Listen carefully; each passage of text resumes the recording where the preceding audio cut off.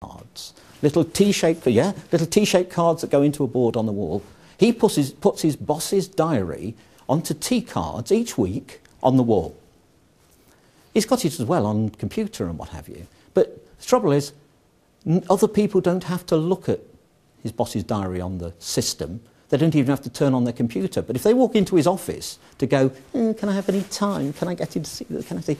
And he's got all this diary on the wall. And he also has a column on red cards that are all the things that are waiting to be scheduled if only the time becomes available. But what it does, it allows people to walk in and go, there's no point asking, is there? And walking out, self-selection. People actually deselect themselves and say, no, okay, it's not that important. Because you can see what the schedule of pressure that's on the boss. So I think exposure to peer groups, exposure to best practice, exposure to knowledge, all adds to justification come appraisal time of either why you should have extra salary or the job should be reviewed, or in this time, not downscaled, as has often been the case. So it's a function of that. Any more questions, guys? Anything else? Yeah.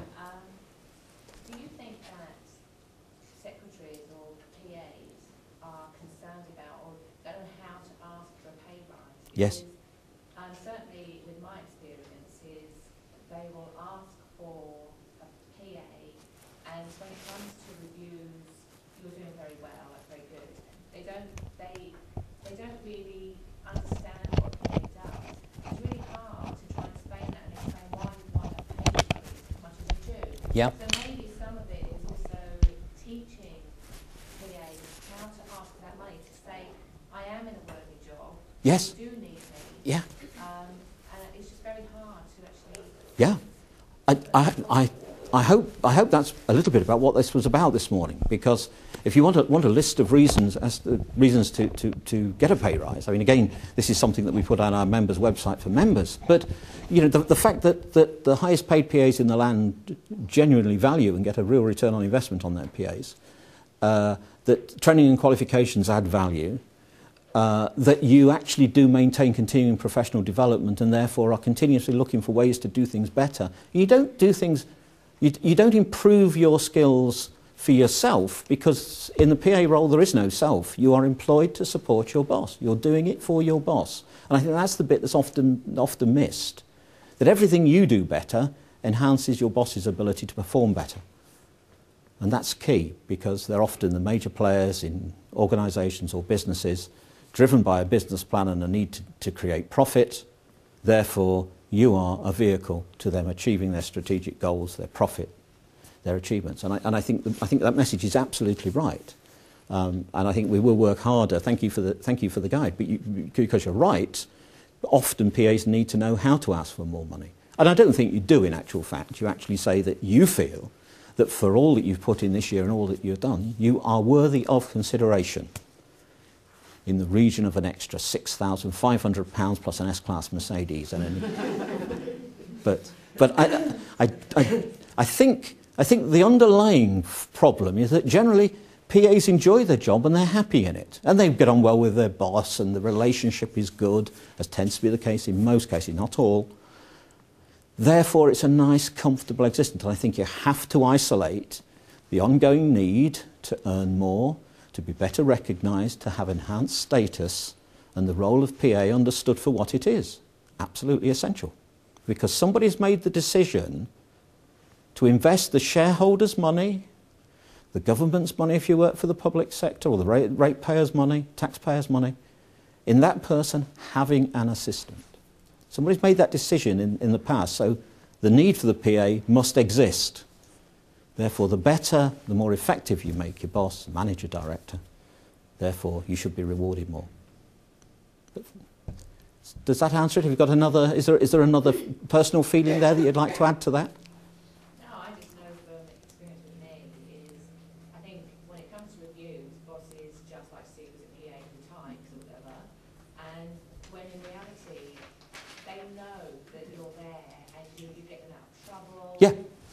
And it's just trying to, they are certainly the people that I deal with can almost make you feel that, well, you know, yeah, you did do that, that was fine. It's just trying to articulate it so that